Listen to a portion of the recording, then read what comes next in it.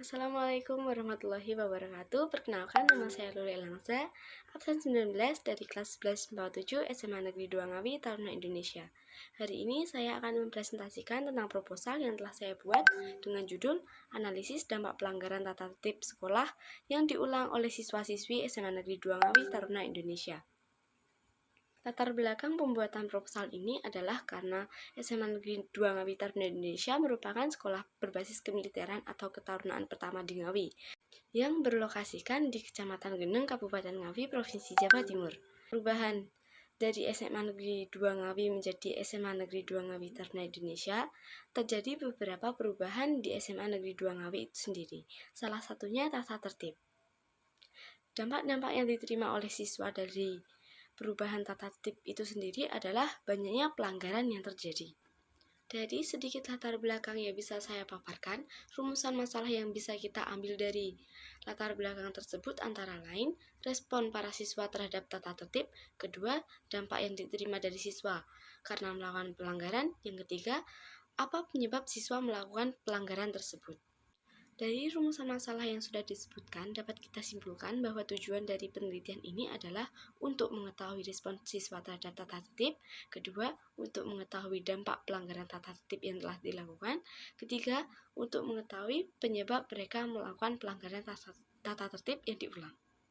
Kemudian, manfaat yang bisa kita ambil dari penelitian ini adalah manfaat bagi siswa itu sendiri dan juga manfaat untuk sekolah.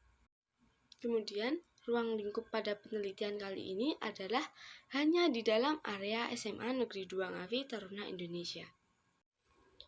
Dilanjutkan pada bab 2 yaitu kajian pustaka dan juga kerangka berpikir. Pada kajian pustaka ada tata tertib, pelanggaran tata tertib, dan juga dampak pelanggaran, dimulai dari tata tertib. Menurut Kamus Besar Bahasa Indonesia, edisi ketiga tahun 2007, tata tertib berasal dari dua kata, yaitu tata dan tertib. Tata adalah aturan yang dapat diartikan kaidah, aturan, dan susunan. Kemudian tertib adalah teratur, menurut aturan, dan juga rapi.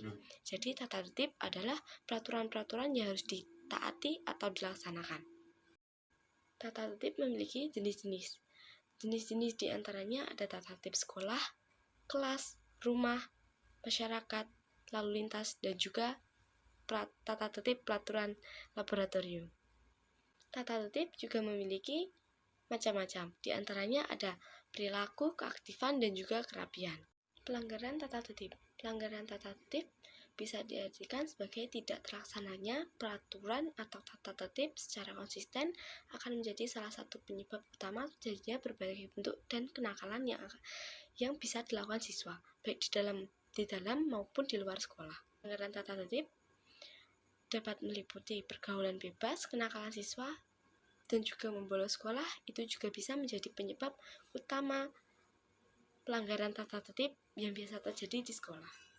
Sedangkan bentuk-bentuk pelanggaran tata tertib dapat dibagi menjadi 3, yaitu pelanggaran ringan, sedang, dan juga berat. Untuk dampak yang dapat diakibatkan dari pelanggaran tata tertib itu sendiri bisa dibagi menjadi 2, positif dan juga negatif. Positifnya, siswa akan menjadi lebih disiplin, bisa menjadi lebih taat peraturan sekolah, siswa mampu berpikir 2 kali untuk melakukan pelanggaran, dan juga siswa dapat menjadi pribadi yang lebih baik lagi dan juga lebih bertanggung jawab. Untuk dampak negatif dari pelanggaran tata tertib sekolah itu sendiri adalah siswa terkadang menganggap remeh tata tertib sekolah, siswa dapat lebih sering melanggar peraturan, siswa akan lebih sering menentang guru, dan juga siswa akan menjadi pribadi yang pemberontak. Untuk kerangka berpikir bisa kita lihat pada bagan yang sudah saya buat pada gambar berikut ini. Dari bagan yang telah saya buat, dapat kita lihat bahwa ada dampak pelanggaran tata tertib yang kemudian bisa kita cari apa sih itu tata tertib dan juga dampak pelanggaran. Tata tertib bisa dibagi lagi menjadi 3, yaitu pengertian, jenis-jenis, dan juga macam-macam. Sedangkan dampak pelanggaran dapat kita bagi menjadi penyebab pelanggaran dan juga dampak yang ditimbulkan. Bisa kita lanjutkan pada bab 3, yaitu metode penelitian. Pada bab 3 ini menjelaskan tentang objek penelitian, strategi, sumber data, validitas, dan juga teknik analisis data. Latar penelitian merupakan tempat penelitian itu dilakukan. Karena itulah, Tempat dan juga waktu bisa kita jabarkan sebagai berikut.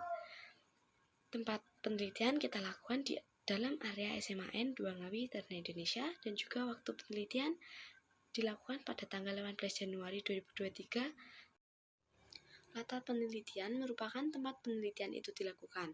Penelitian ini dilakukan hanya di dalam area SMA Negeri 2 Ngawi Ternate Indonesia. Awal pembuatan penelitian ini pada tanggal 18 Januari 2023. Yang merupakan perencanaan dan survei awal. Bentuk dan strategi penelitian. Pendekatan yang dilakukan dalam penelitian ini menggunakan pendekatan kuantitatif. Bentuk dan strategi penelitian.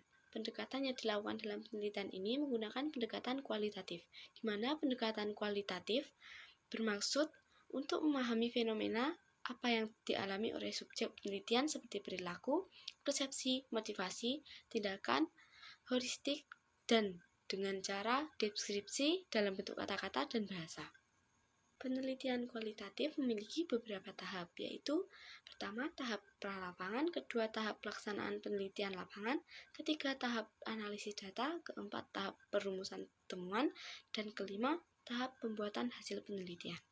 Data dan sumber data yang digunakan pada eksperimen ini merupakan Data dan sumber data yang digunakan pada eksperimen ini menggunakan data primer dari hasil wawancara. Data dan sumber data yang digunakan pada eksperimen ini merupakan hasil dari data primer dan juga sekunder, yang merupakan hasil wawancara dan juga dokumen-dokumen yang telah ada. Validasi data merupakan langkah pemeriksaan untuk memastikan bahwa data yang didapat telah sesuai kriteria yang ditetapkan dan juga untuk menjamin keakuratan data. Teknik analisis data. Penelitian kualitatif yang merupakan penelitian fokuskan pada paparan kalimat. Untuk yang terakhir, saya lampirkan daftar pustaka yang ada. Mungkin ini saja yang bisa saya sampaikan untuk hari ini. Kurang lebihnya mohon maaf. Wassalamualaikum warahmatullahi wabarakatuh.